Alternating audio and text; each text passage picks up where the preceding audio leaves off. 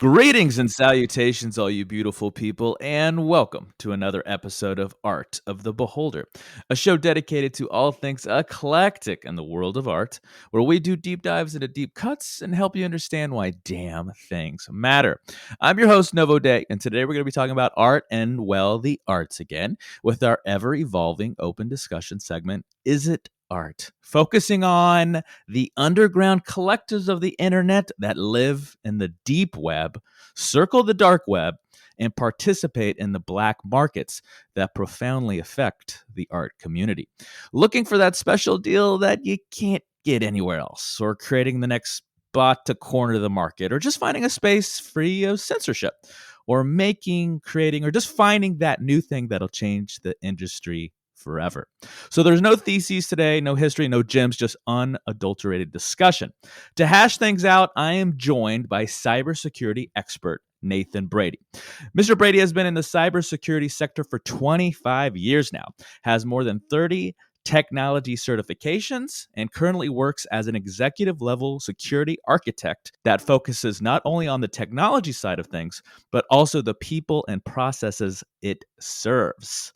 So I know he's going to have a lot to say on the subject today. So, Mr. Brady, welcome to the show. Thanks for sitting down with us, my man. Hey, well, thanks for having me on the show there, Novo. And I'm disappointed that you said no theses. That's kind of my jam. So Well, there's no theses today because we're not doing one of those shows where we pick one topic. This is we're doing a ton of topics today. Well, we're doing there's a lot to discuss under the umbrella that is the dark web. I always feel like I feel like I'm a fucking CSI when I say it that way. Like, what kind of chat rooms have you been in, son?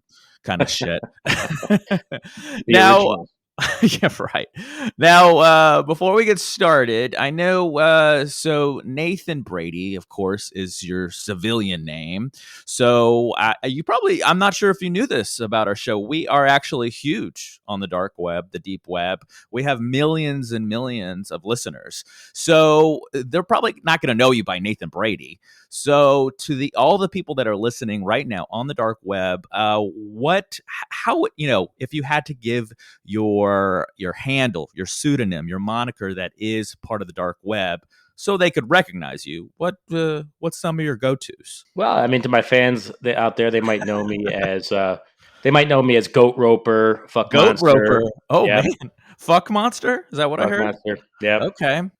Now, before we can discuss, we gotta take a little break. We'll be right back, guys. This episode is brought to you by Novella Adulteration. Follow adult entertainer Jessica Amber Starr as she embarks on a journey that will change her life forever. She not only finds herself in the industry, but figures out a way to transform herself and eventually become reborn. Find out how in Adulteration, which can be found on Amazon in both paperback and ebook, available now. Now back to the show. So, Nate, we're back, and I want to there was a lot of different framing devices that I had in my head for this show. It's going to be part past, present, future, but also it's so easy to use the iceberg metaphor, as already joked about, as the framing device for a show like this, because what we are used to is the literal tip of the iceberg, what we use on Google, everything that can be indexed by search engines. So I want to break it down slowly for the good people that don't know.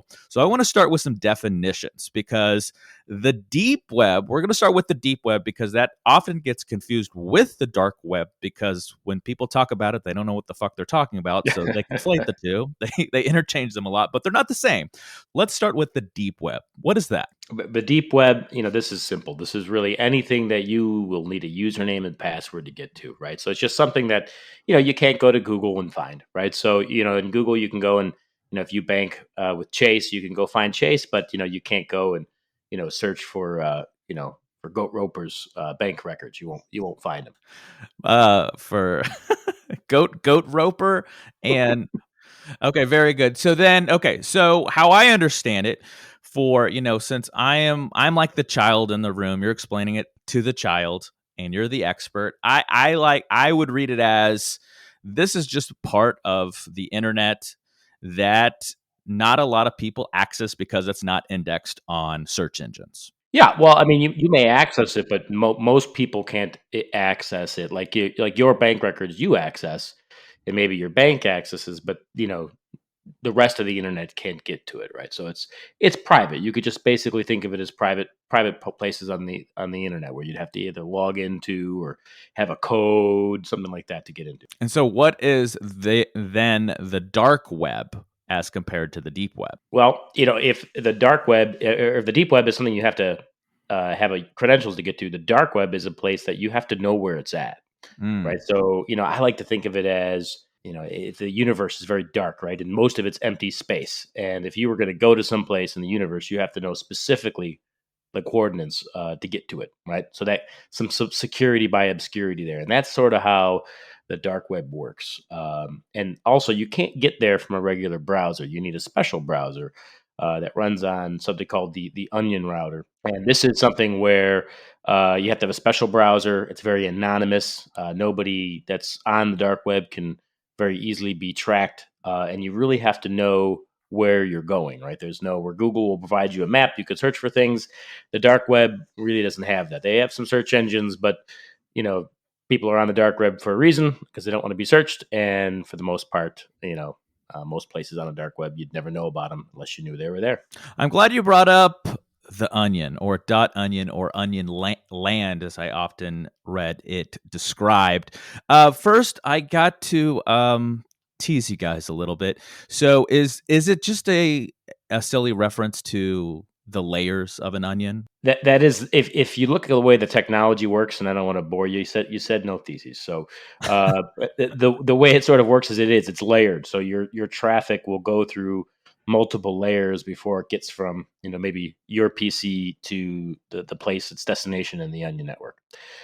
So that's why it's called the Onion router, is because it routes you through multiple layers. So you kind of have an outside layer where you get in, and you can even, in fact, go through the dark web and come out the other side. You can actually Mm. browse the regular internet through the dark web. So that's basically what that it is, a reference kind of to an onion and the fact that it's got layers. Tor actually stands for the Onion router. That's where it comes from. So it's still the Onion network, and to get onto it, you need a Tor browser, and that basically will use a gateway to get into the dark web, right? So think of it as you're on the internet, and you're sort of dialing into the dark web.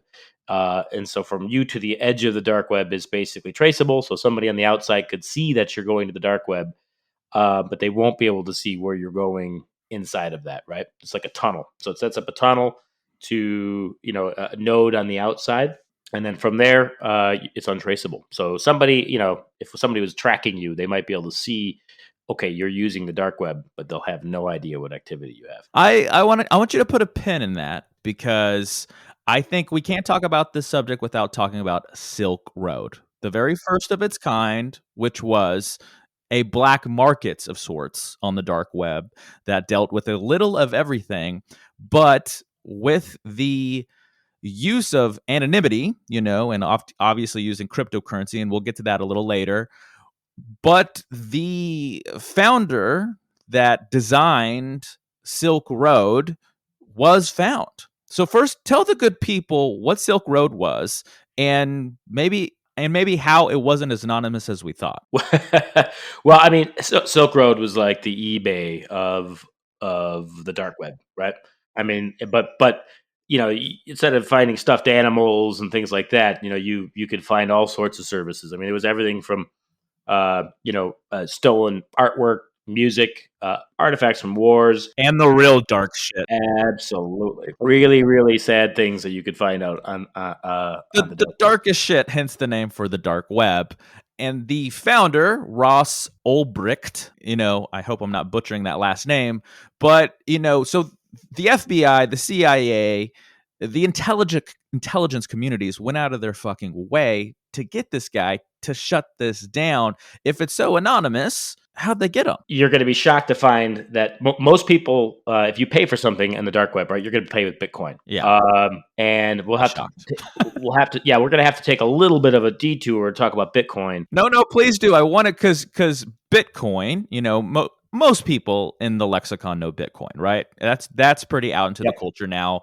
That is the biggest form of cryptocurrency, and that is technically part of the reason that they use that is supposed to be non-traceable as well, Ah, but it aha. leaves a paper trail to an extent. Actually, Bitcoin is the most traceable asset on the planet. Oh, okay. So that is what's the interesting thing about that's how it works, right? Is you've got a ledger that everybody has a copy of, right? So everybody that participates with Bitcoin has basically a copy of this a ledger, and there's no names on it, right? You have this long cryptic address that's sort of random, and one of those addresses will basically be your wallet, right? So everybody that's participating in Bitcoin can see, hey, goat roper, but they want no goat roper, whatever my Goat uh, roper.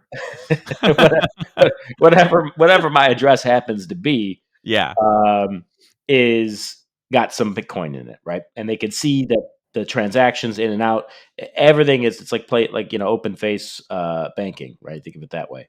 But nobody knows whose account it is. The problem with Bitcoin, and this would be very anonymous and it would work great unless assuming you never bought anything that was linked to your name or exchanged it for real dollars, right?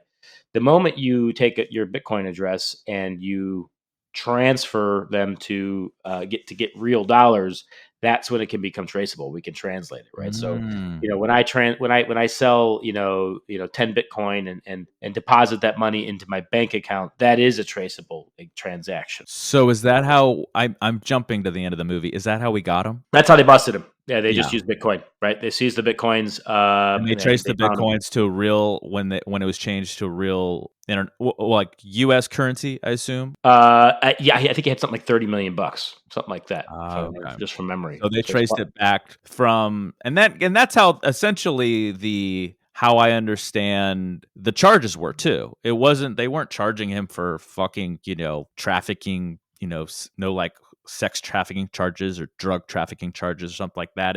It was like wiretapping and fraud and all of these like huge things to eventually bring him down and the entire site down as well. Oh yeah, I mean the IRS had a big piece of it, right? Which you would say, what does that have to do with it? But the kind of the money laundering Right. portion of it, right? That's really, I think, what they got him on. I feel like that. I mean, Jesus Christ, we don't have time, but I feel like that could be an entire show. Is just Silk Road and learning the ins and outs of the operation and everything that went on there. But we have to move on. I do want to ask this before we move on. To me, these kind of things, Silk Road and everything that came after it, in your humble opinion, to me, they're like the Hydra head. You cut one, or in this case, you shut down one, and two or three pop up. And I feel like we'll have shit like this forever. Well, I mean, black markets. So, I actually have a PhD in economics, right? So I study markets and stuff like that. So this is kind of an interesting tangent for me out of technology because black markets, they occur anytime you've got regulation, right? So Yeah. just the drugs on your street, right? Imagine, and I'm not advocating for legalizing every sort of drug. I'm not advocating for that. No, just I mean, looking at it qualitatively, quantitatively from a big lens. If you could go get heroin from CVS down the block, most gangs would be out of business, right? We wouldn't have gangs. We wouldn't Sure. have that kind of thing. Now we might have other problems, right? I'm not saying, but Yeah, that's a Hydra head too. right, right. So that I think that's the big thing is that the when you have regulation and you make things illegal, it doesn't make the demand for them to go away, right? There's still demand, and where there's demand, some supply will meet it, and that's where you get black markets. So Ah. I think Silk Road and the dark web is really nothing new to humanity. We've had these for a long time. You go back to Prohibition in the United States here. Well, we had speakeasies. I mean, you always have it. So, but it's just a new way of doing it, right? Well, we have online banking. Well, we got online black markets. There will always be a market for these things, in other words. Yeah, And, what is the most contemporary version of Silk Road, and what is it called right now? I don't think that that there really is one because as Really? soon as there is one It in the goes paper down. coin, it kind of gets shut down. There certainly is. They have to conceal it even more, it sounds like, You So have to there's know where it is. Yeah, yeah, it's so like there's probably not probably, there is a version of Silk Road that exists today, but they're not going to give it a name. They're not going to give it the spotlight because they still want to use it Right. for all their fucking things, right? Yeah, there are many. Yeah, there are many, guaranteed. Like, rest assured, there's plenty of places, right? And you can tell just by the transactions, right? You could tell by looking at Bitcoin transactions. There are people that analyze this, that we can tell the number of above board transactions and below ground transactions, and there are a lot of below ground transactions that have no apparent, legitimate transaction, that's happening above the water, right? So for sure, it's definitely happening. But yes, if it's not like there's an eBay. I mean, there are places, but again, they can get shut down because they can basically be demonetized, because as soon as those people, what happens is the FBI or whatever country wants to investigate them, they go to these sites, they make purchases, they track the Bitcoin, and then they just wait, right? And for them to sell it, right? And then once they do, they go and bust them. Okay, so let's tell the good people why. Why are we talking about this day? Because I know there's going to be a few listeners out there that's like, what the hell? Why are they talking about this kind of stuff today on this show? Well, I just want to hear about abstract expressionism or avant garde or modernism or some painting or some album or something like that. Well, I will tell you, good people. So for those few listeners that are like, why are we even doing this? So it does affect the art community because a lot of the things that change the game forever happen in these communities first. So it's important to understand them, learn the history, then pay attention to the present, and then try to anticipate the future. So let's start with motivation first. Why do these people do it? Great question. I mean, there's the obvious one. The obvious one is financial gain, right? So, Okay. and people steal things, sell things, and it's just the ancient profit motive, right? People just want to profit, and it's illegal to sell stuff above board, or maybe it is legal to sell it, but it'll be traced, and you have to pay taxes, that sort of thing. Mm. So people can use the dark web to evade that sort of thing, make things untraceable, and either avoid taxes or avoid showing the transaction at all. But there's also a fair bit of just street cred, right? Like, I want to look cool to my friends. Yep. I mean, if you look at the gangs that you can see in the street. Now, I live in Chicago, right? So we've got gangs, and I think that I do. When I see a gang member, I usually the tattoos across the eyebrow and neck are a good indicator. Not Yeah, the always, but forehead, yep, the yeah, big spider on the neck, the spider web on the elbow, the yeah, tears running down the eyes. yeah. I Pretty mean, good pretty good tip. Pretty good not tip. all. I mean, not always, I guess, right? And you got guys like Well, Mike you got a Tyson. few you got a few neck tattoos and a tear or two on your across your eyes, so I guess, it depends. I'm For kidding. research Guys, yeah. purposes only. It's the same sort of thing, right? People like had street cred. They got a cool name. Some of these things are like the digital equivalent of having a tattoo, and it's just to show how cool you are. So, I mean, this is really true in what kind of called like it's almost the amateur level of the dark web, where you've got people, art, like digital art, NFTs, things like stolen music, movies, TV shows. These guys don't make any money on this stuff, not generally. And this is really just to be part of, to have some fame, right? To be cool, and you have access to interesting chat rooms and that sort of stuff. So Now we need to focus on the black markets themselves because we need to start talking about the GD art. Okay, so the black markets on the dark web is already joked about are used for the worst of the worst. They're child pornography, illegal firearm trafficking, drug dealing is already joked about. Probably you could probably find snuff films that depict homicide and suicide. But as of late, we're hearing more about ransomware and of course botnets, which are as well as traditional forms of hacking, financing, and fraud. And we already talked about the cryptocurrency, so we don't have to go back to that. But I do want to start the conversation with the bots because we had a show. Click here, Swifties versus Ticketmaster, because we are. If you're wondering where the bots came from, it's probably a lot of the communities in the dark web. Because before this kind of stuff was taking over the concert ticketing industry, we had things like fucking Napster in the underground. We had things like LimeWire before they were taken down, and that changed the music industry itself overnight. And now we have bots that can buy things before you can even click a button. So I'm wondering where the evolution is going with a lot of other forms of art, because we've also seen things like stolen art on these markets that are then resold to other collectors and things like that.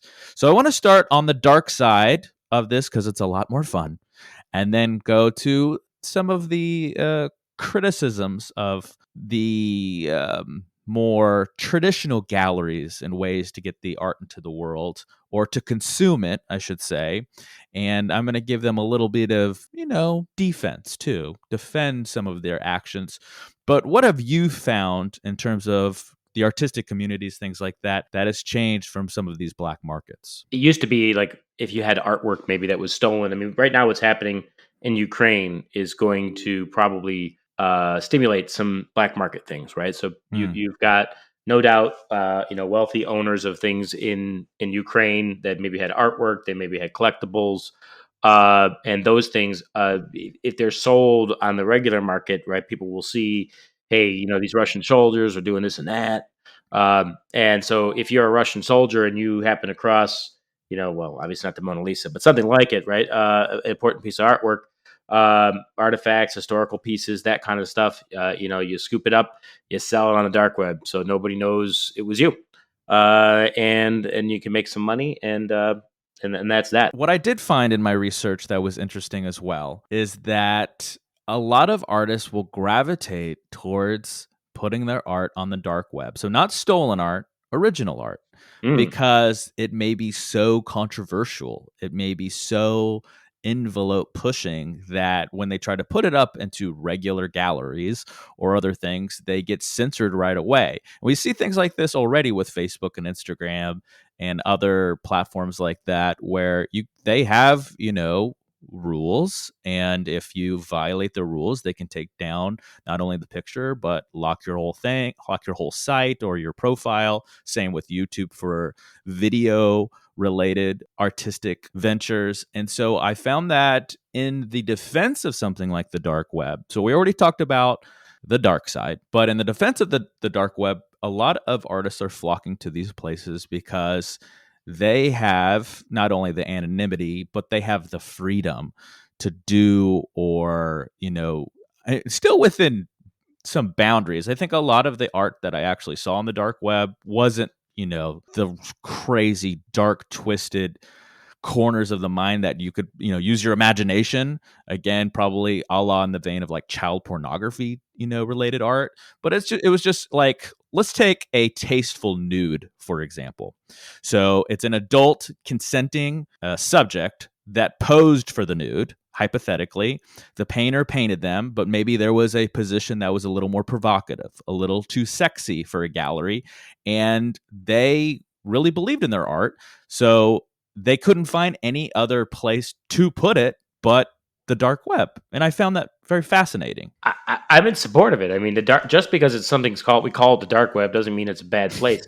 It's some place that you can It's still a little you. silly on paper. I feel we need like a cooler name for it, or a This better is name. just the media, right? We don't, Right. in It's just cybersecurity, we semantics. don't call it the dark web, right? What do you We call call it? it Tor. Tor. We Oh, just just call it Tor. Tor. Yeah. Yeah, Okay. yeah, and the deep The web, dark we web. don't Yeah, usually it just call it sounds that. silly, right? So We just call that place you have to use a username and password. We call that. I get it. Okay. But You movies, give it a little more TV, formality, it's just Tor. yeah, yeah, It is it's what just it Tor. is. Just because we call it the dark web doesn't mean that it has to only cater to criminals. You can also find a lot of freedom on these platforms because you're not censored. Well, look what happens though. Even in places, let's say Twitter doesn't censor you, right? It's so people dox you, they'll figure you out, and then there's just this idea of being canceling canceled. people, Yeah, and and I hate that. I hate you the can't idea be. of Yeah, I canceling mean, people. people say stuff I don't like all the time, right? I mean, Right. especially again, a libertarian. I mean, nobody makes me happy. So but I don't think that we should censor them. Same thing with artwork. Sure. Artwork I don't like. Agreed.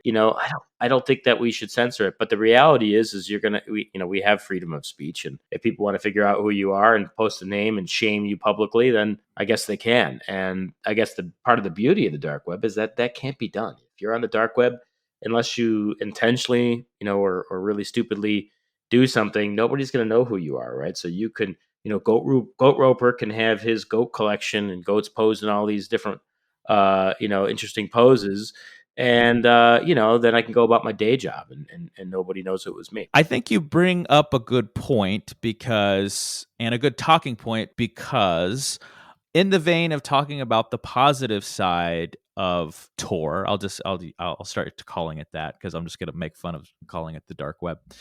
I'm curious to hear more items, and it doesn't have to be necessarily artistic. I mean, if it is, great. That'll fit into the show perfectly. But just out of curiosity, since there is so much freedom and anonymity in these communities and in these different platforms, what other things on the positive side, so the complete opposite side of the Hmm. criminality of it, what else are you seeing that is kind of freeing for a lot of people to join these communities? All right, this is going to sound like, why would this ever be? What's not you can buy on the dark web? Yeah. Breast milk. Okay. Oh, Uh, elaborate. Yep. Please. So Okay. it's I'm illegal. buckled up. I'm with you. Okay. let's go for a ride. Well, so my wife's a NICU nurse, and I learned this recently, that this is on the dark web, but I've known it's illegal for a long time because if, let's say, if you're a new mom, or maybe an adoptive mother, and you want to give your child milk, but you either can't do it because you're not lactating, right? So, and there's somebody else that's willing to sell you breast milk. If you wanted to sell that, you could on the dark web, and they do. Hmm. Same thing. You can buy things like unpasteurized milk. I mean, a lot of things that the FDA would say you can't buy, which, to my opinion, are probably, look, if you want to drink unpasteurized milk, I think you're kind of dumb, but go for it, right? You do you, Whatever man. And floats your boat. Yeah. Teach their own. so that's, some weird things that you can find out there. I think anything that people don't want other people to know that they do, it's not necessarily illegal. I think, like you said, like nudes and stuff like that are really, really are all over the place, right? So, Sure. I think it's the site that recently changed OnlyFans, right? Well, there's dark web OnlyFans, right? And it's even more Interesting. anonymous, right? So, Is it just like what is it just the shit that is not allowed on OnlyFans, like the crazy BDSM communities or like you just don't have to give them your a cut, right? And then okay. OnlyFans knows who you are, Right. and if you sell yourself on the dark web, nobody knows who you are, right? But how I understand that, and this is technically artistic because I consider those people that participate in that as kind of performance artists. Oh, sure, no doubt about it. Like pornography is I've heard. performance I've art. never watched one. I just heard. Yeah, pornography is performance art, and the thing that I would be concerned about in hearing that though is that's part of the way they protect the performer is to make sure because so what you're describing is someone on the dark web since they don't have to actually confirm who the identity of the person is, so they don't have to take the cut, but that also means that they could just copy someone else's content and put it up to sell, correct? Sure, and actually that And does that does happen. happen, right? Yeah. Okay. So there's places, and it's on the dark web, but believe it or not, I would, using the terms we had earlier, and the deep web. You guys, everybody remembers BitTorrent, right? Yeah, oh That's yeah. still a thing, right? There Yeah. are BitTorrent sites which I would classify not necessarily the dark web. BitTorrent sites are like what Napster and LimeWire evolved into with a Uh, little more anonymity and things like that. So you can yes, you need download a movies and login. music and you can just steal stuff essentially, right? Yeah, but you need a login to get to the tracker and that kind of thing, and so you can find all that stuff there too, right? So you'll have, Right. if there's a porn site out there it's been copied, and there's an up to date copy of it on these torrent sites and on the dark web, right? So all that stuff is out there. So stolen things and original works, there's no regulation on the dark web. So sometimes you get original things, sometimes you got stolen things, and the thing is if you're on the dark web and you buy something digitally, Yeah. you just don't so much care, right? Where it came from. Let's transition now. You said the key word, digital. So because the art communities are slowly but surely, of course, evolving to complete digital forms of art. And we've talked about that on previous shows with famous artists like Beeple and things like that do only digital art. It's all Mhm. CGI or it's all made through Photoshop or whatever software they're using, right, to make some sort of digital piece. It be a flat 2D, a 3D, or an animation. Now, how they are selling that is through, we've already talked about this on the show, so we're not going to spend a ton of time on definitions, but of course the big fucking thing right now is NFTs, non-fungible tokens. And if I will say this though, as just a quick primer, if you don't know what a NFT is, but you've just heard about it, like on CNN or MSNBC or Fox News or whatever you're watching, it that token is essentially just a stamp of authenticity. So you're paying for, just like a painting in a this is the analogy I use. You can go to MoMA and look at a Warhol or a Pollock or anything like that. You can't take it off the wall and take it home. You can't take the original, right? But what's if you want to put something like that on your wall? You buy the print version of it, the copy, for a fraction of the price, $10, $20, whatever it is. So people can make copies, right click, save as digital art all the time, but people are wanting the original, right? So the token gives you that stamp of authenticity. So that's what you're really buying. So you're buying what is known to be the original through this authenticity stamp. Now, with that being said, I want to tee up this conversation with this question for you, Nate. So me and Buck did a show on this, and I was on one side, he was on the other. He kind of thinks it's still the wave of the future. I kind of think it was a fad. Uh, where do you think the future of NFTs and markets like that are going? I think NFTs, when they represent something real, right? You could have an NFT for your car title, your house title, right? Something Sure. like that. I think NFTs are going to be hugely useful, right? Okay. If you've ever bought a house and had to, pay that title fee, right? As stupid as that is, the title search and all that stuff, NFTs and blockchain completely gets rid of that. So physical, tangible items important. But let me pull you back. Let's do a Novo pullback. Let's go back to just the digital art. If it's just that, I don't see the use, and here's okay. why. Right when you're talking about, a piece of artwork, right? I'll just because I used the Mona Lisa earlier, I'll just stick with the Mona Lisa, right? Okay. Um, it to You're owning a piece of history, right? This is something that there's only one of them, right? And it's not about. I mean, it's not a particularly good painting, right? I mean, if you've looked at the Mona Lisa, you might go, it's not a Yeah, great work. This guy it's Leonardo da Vinci, I don't. it's famous because it's famous is the joke. It's Yeah, famous because it's famous. so it's Like, not about the art, right? It's about yeah. the fact that Leonardo da Well, Vinci. it's culture, it's timing. He also died with it. He died holding it. That's Right, another right. nugget of history that not a lot of people know. You're holding a piece of history, right? This was something that Leonardo da Vinci touched, probably coughed on, bled on, right? His DNA is somewhere in there, I mean, so this is cool, and I think that is why that there's value in the Mona Lisa. Now, if I was to scan the Mona Lisa, they're all the same, right? If I give you an NFT, just like you said, it's just like a stamp of authenticity. But when I copy the image from one to the other, you really never copy anything, right? You don't actually. There's no way to have an original copy of something on the internet. Even if you move something from one folder to another, right? It's just replicating the bits, and so there's no such thing as an original copy. Mm. So I personally, I don't think that that's valuable, but there may be other people that are, right. Maybe just to have that stamp. I mean, look at on Twitter, right? People, like, they pay for a blue check mark, and they see value in it. So And I value is subjective, man. and we don't. We at NDP, we're like, we're we're still doing fine with our peanuts and our scraps down here in Nowheresville.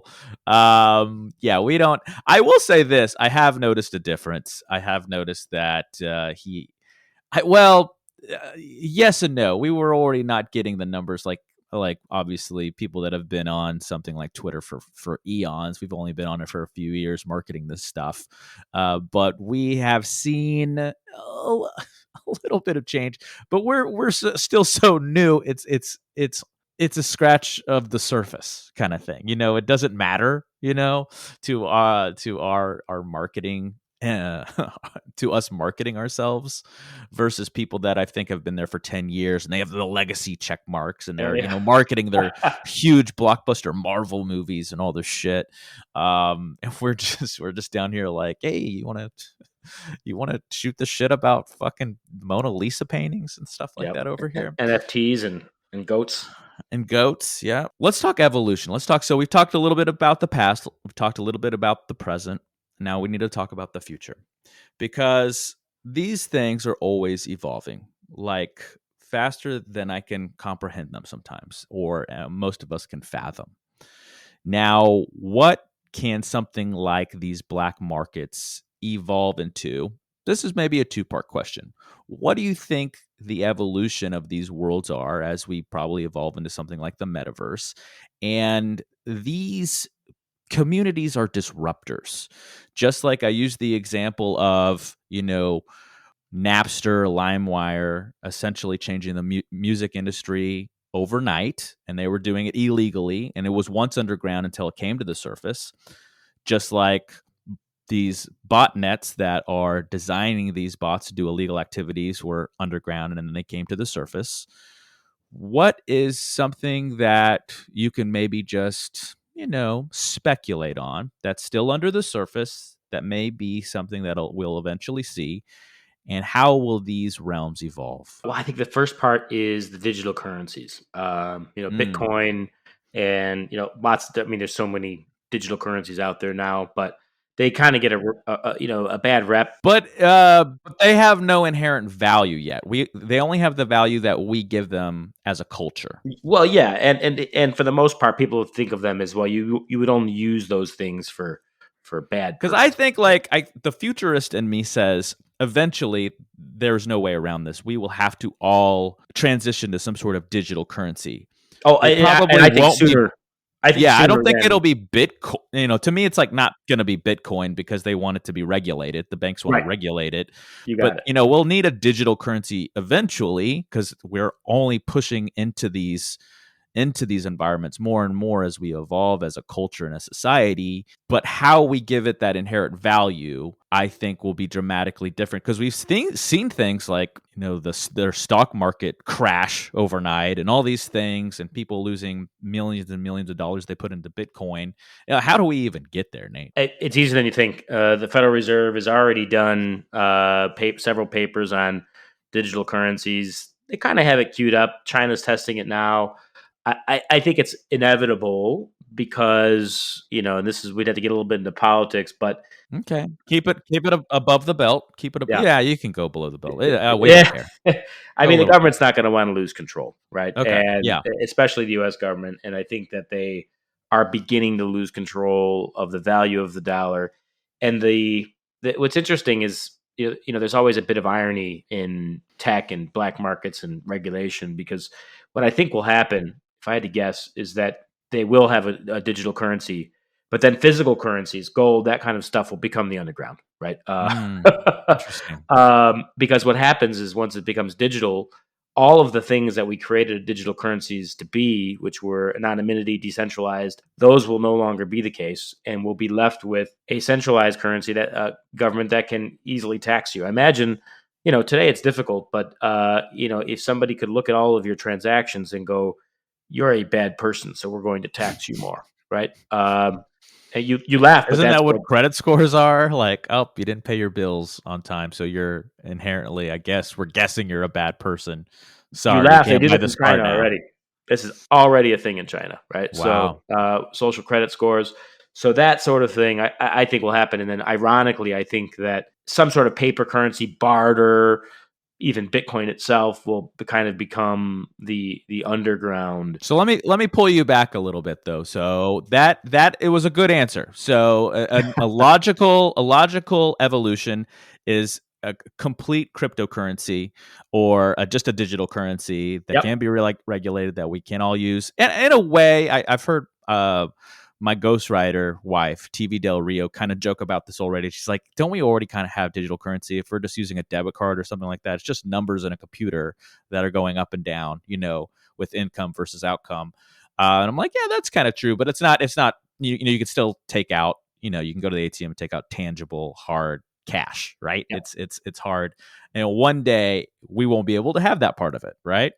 So after that happens, what would be the next logical step after that? I think, and this is good, maybe a little bit what maybe you're not expecting, is if you Ooh, look at curveball. I like it. AI is the big thing now, right? Oh yeah, ChatGPT. We did a show on that too. Here, click here. Yeah, so really neat things coming out of ChatGPT. But if you ask ChatGPT certain types of questions, it won't answer. Oh yeah, it's still crude, and there's still a lot of safeguards. But right, safeguards, yes, exactly. And right now, people are voluntarily putting those safeguards. Yeah.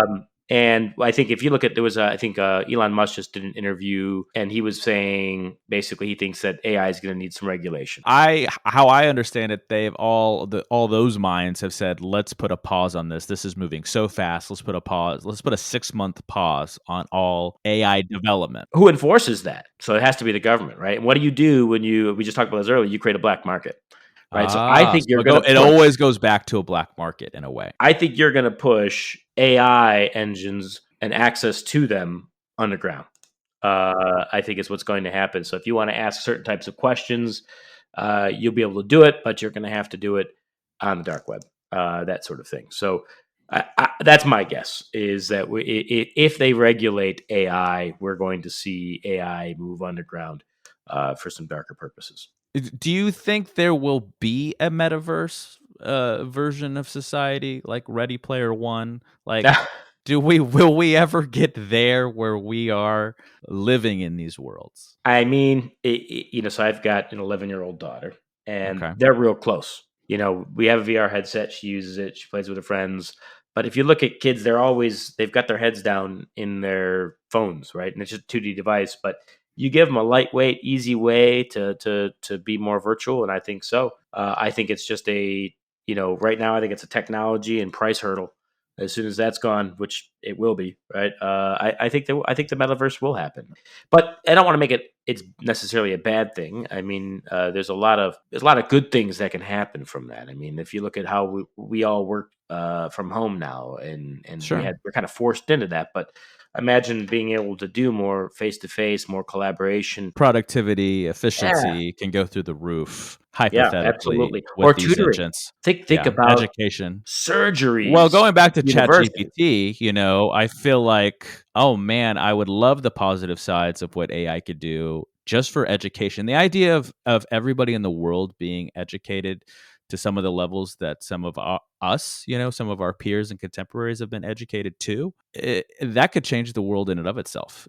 If everyone could read, I think we take for granted how lucky we are and how much of the world is still living way in the past and how much of a future we could build if we were all on the same page. Well, it removes the requirement to memorize things, right? If you look at most of your childhood, most of your college education, what are you doing? You're memorizing things, right? Hmm. And that's not original thought at all. And AI won't have, in my opinion, original thought, right? It's able to access all of the original thoughts that everybody else has had so far. It's still a model, right? It can never truly be conscious in a lot of people's eyes. So what happens is, now as humans, we can add to the body of knowledge without getting a PhD, right? That's really what a Mm. PhD is about, is you learn everything there is to know about one little topic, and then you add on to it. And that takes you 30 years to get there. AI maybe gets you to those bounds a lot faster. And finding what are the bounds of current knowledge, and then being able to add that back in. That kind of thing really makes me really excited as an academic. So let's bring it round circle now. So we've talked the future in terms of digital currency, how the markets will change, and also how we will live our lives on some of these different planes, if you will, metaverse, if you will. Let's bring it back to what our show always focuses on, which is the arts. How will it change their lives? The artisans, the artists, the musicians, the actors, the Mhm. filmmakers, the writers. What do you think their lives will look like? I think you're going to be able to do storytelling, a unique, individualized storytelling, like we couldn't do today. Mm, Because right now, when you're writing a book or you're making a movie, you have to think about, when you think about your audience, you're thinking about a group of people, right? You're marketing to a group of a sure. demographic, right? In this metaverse, you're going to be able to market to an individual, right? An individual could tell you what their preferences are, an experience they would like to have, and you can make it for them, right? Mm, Maybe it's meeting a historical figure, having a conversation with a celebrity that they couldn't meet in real life. Maybe it is their dream home that they could never afford. You could build it. And they could walk through it, and then they could have an NFT title to it, and nobody else has it. mm.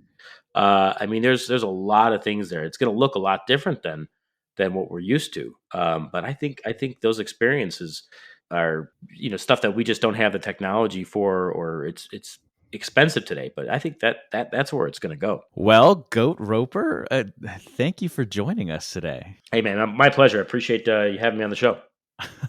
Very insightful. We're going to have him back for some more discussions that will go even deeper. But until then, we're just going to have to wait. Thank you guys for listening. Again, I want to thank my guest, Mr. Nathan Brady. Thanks for joining us. And if you like that, of course, you can check out some of our stuff at novodayproductions.com, as well as follow us at _Novo_day, and day is DE, and at Novo Day Media. Like, subscribe, do all the things. You know what to do. Rate and review if you'd like to be on the show and sponsor our little love child here. Reach out to us at novodaymedia@gmail.com. So until next time, we'll see you in the next one. So be good to each other. And as always, good luck and Godspeed. We love you. Art of the Beholder is brought to you by Novo Day Productions. Created and hosted by Novo Day and the Novo Day Collective. Facebook.com/Novo Day Media, at Novo Day Media on Twitter and Instagram. Music by A Company. Facebook.com/ACO Music 123. ACO on Spotify. Logo design by Tom Justice, JESTUS, of thejusticecompany.com. And executively produced by Clayton Anderson. All rights reserved.